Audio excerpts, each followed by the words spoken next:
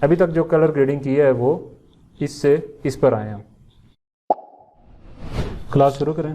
आज की क्लास में थोड़ा कलर ग्रेडिंग को देखते हैं। कलर ग्रेडिंग आपने कैपकट में देखी है, लेकिन अगर आप प्रीमियर प्रो में करना चाहते हैं तो उसके लिए क्या करेंगे, पहले तो फाइल को इंपोर्ट करें जिसमें कलर ग्रेडिंग की ज़रूरत है, रॉ फुटेज। इसको अगर कलर ग्रेड करना चाहते हैं तो कैसे करेंगे, इसके लिए आप ये ऊपर वर्क स्पेस पे चले जाएं, कलर वाली वर्क स्पेस पे। राइट साइड पर आपको ये लुमेट्री कलर शो होगा। अगर ये शो नहीं होता बेशक आप किसी और वर्क स्पेस पर रहें, जैसे एडिटिंग वाली वर्क स्पेस पर, तो यहाँ पर लुमेट्री कलर शो नहीं हो रहे, तो आप ये कर सकते हैं कि विंडोज़ में जाएं, यहाँ पर वो सारे पैनल्स होते हैं जो आप शो करवाना चाहते हैं, जैसे कि लुमेट्री कलर, इस पर क्लिक करें तो ये एडिटिंग वाली में ऐड हो गई है जो कलर वाले में थी। इसमें काफ़ी सारे इसके अंदर पैनल्स मौजूद हैं, जैसे ये basic correction, creative, curves, HSL, secondary and vignette. इसमें से कुछ चीज़ें आपने उसमें देखी होंगी, जैसे कि बेसिक करेक्शन ओपन करते हैं तो यहाँ पर exposure, contrast, highlights, shadows, whites, blacks, ये सारे उसमें भी मौजूद थे, कैपकट में इसमें भी हैं। तो हम करते ये हैं कि कलर करेक्शन या कलर ग्रेडिंग के लिए ये सारे पैनल्स यूज़ करते हैं, क्रिएटिव, कर्व्स, कलर व्हील्स वगैरह। ये जो फुटेज है ये लॉग फुटेज है, समझ लें रॉ फुटेज है ओरिजिनल कैमरे की, तो इसमें हमें ओरिजिनल कलर्स नहीं दिख रहे, या डल किस्म की फुटेज होती है ये। तो इस डल किस्म की फुटेज को एडिट करने के लिए या इसमें कलर ग्रेडिंग करने के लिए या कलर करेक्शन करने के लिए पहले बेसिक करेक्शन में जाएंगे। बेसिक करेक्शन में सबसे पहले ऊपर है वाइट बैलेंस सेलेक्टर, बल्कि इससे भी ऊपर है इनपुट लट। अगर आपके पास कोई लुट या लट मौजूद है तो वो आप इसमें इंक्लूड कर सकते हैं, तो ऑटोमेटिकली कलर ग्रेडिंग काफ़ी हद तक हो जाएगी। जैसे यहाँ पर बनी बनाई लट्स मौजूद हैं जो कि प्रीमियर प्रो दे रहा है, लेकिन अगर आप ये यूज़ करेंगे तो हो सकता है कलर जिसके वो ना हों जो आप चाह रहे हों। ठीक है, ये इसने काफ़ी हद तक ठीक कर ली है, लेकिन लाजमी नहीं है कि ये लट्स हर फुटेज पे काम आए। मतलब ये वाली लट इस पे काम आ रही है, हो सकता है दूसरी पे ना आए, तो ये आप टेस्ट कर सकते हैं लट्स। होता ये है कि जो कैमराज होते हैं उनकी अपनी लट्स साथ दी गई होती हैं, या आप डाउनलोड कर सकते हैं। अगर आपको पता है ये कौन से कैमरे की फुटेज है तो आप वेबसाइट्स पे सर्च कर सकते हैं। उनके फर्ज करें कैनन से शूट की गई है तो कैनन की वेबसाइट पर लट्स भी मौजूद होंगी, या सोनी के कैमरा से शूट की गई है, कोई नाम होगा आगे सोनी 1, 2, 3, तो उस कैमरा की लॉग फुटेज की वापस LUT लट ये भी आपको वहाँ से उनकी वेबसाइट से मिल जाएगी।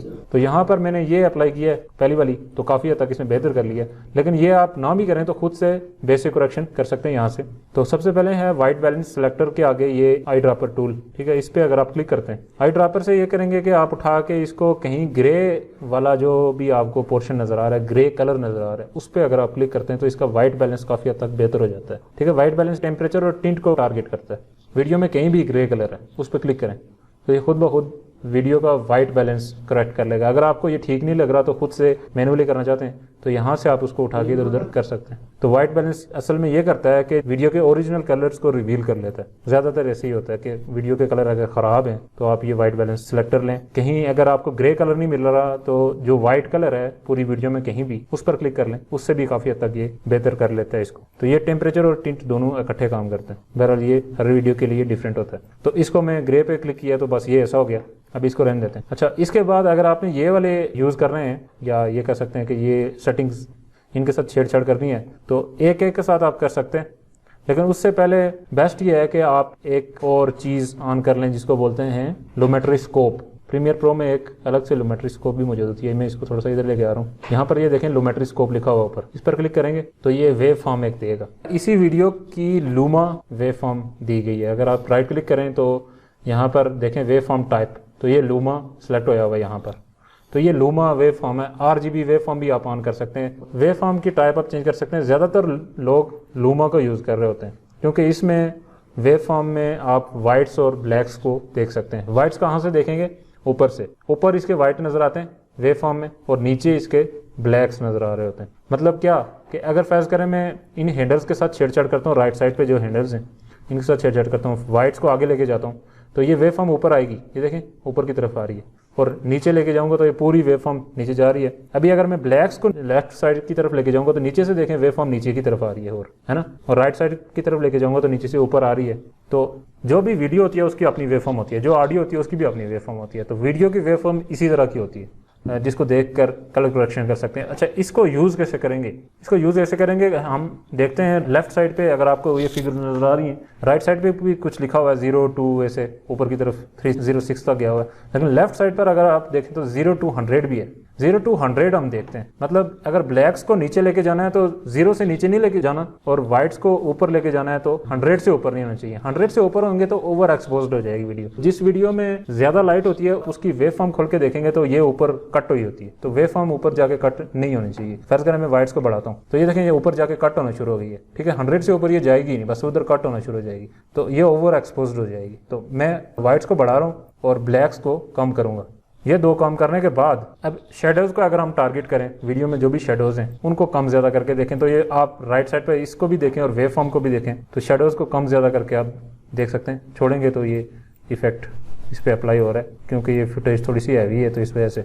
वैसे तो आप राइट लेफ्ट करेंगे तो नॉर्मल वीडियोस जो होती हैं उसमें साथ साथ वो दिखा रहा होता है कि क्या हो रहा है, तो इसको मैं थोड़ा सा लेफ्ट साइड पे लेके जा रहा हूँ। अब हाईलाइट्स क्या होता है कि किसी चीज़ पर रोशनी पड़ रही है तो वो चमक कितनी रही है, तो हाईलाइट्स इसमें अगर ज़्यादा हैं तो आप इसको हाईलाइट्स को कम कर सकते हैं, और हाईलाइट्स अगर कम है तो उसको ज़्यादा कर सकते हैं। तो ये हर वीडियो पे डिपेंड करता है, जैसे मैंने आपको उसमें बताया था दूसरे सॉफ्टवेयर में। तो इसमें हाईलाइट्स को मैं थोड़ा सा बढ़ा रहा हूँ। अभी कंट्रास्ट क्या होता है? कंट्रास्ट ये होता है कि दो कलर्स या दो से ज़्यादा कलर्स के दरमियान डिफरेंस, तो कंट्रास्ट आप इसमें बढ़ा सकते हैं और कम भी कर सकते हैं। तो कंट्रास्ट बढ़ाएंगे तो क्या होगा कि इसमें जो कलर्स होंगे डिफरेंट, वो आपस में एक दूसरे से थोड़े थोड़े सेपरेट होना शुरू हो जाएंगे। तो कंट्रास्ट ज़्यादा बढ़ाना भी नहीं है, ज़्यादा कम भी नहीं करना, तो मैं इसको थोड़ा बहुत बढ़ा रहा हूँ, या आप इसको ट्राई आउट कर सकते हैं। एक्सपोजर क्या चीज़ है? एक्सपोजर ये चीज़ है कि आपने पूरी वीडियो में जो भी चेंजेस किए हैं, contrast, highlights, shadows, whites, blacks, इन सब चीज़ों को आप इकट्ठे कम ज़्यादा कर सकते हैं पूरा। अभी आप देखेंगे पूरी वेव फॉर्म ऊपर नीचे जा रही है लेफ्ट साइड पे, और पूरी वीडियो का जो ये एक्सपोजर है वो बढ़ रहा है। तो इसको बहुत ज़्यादा बढ़ाना भी नहीं है, बहुत ज़्यादा कम भी नहीं करना, बिल्कुल 0.1 या 0.4, 0.3,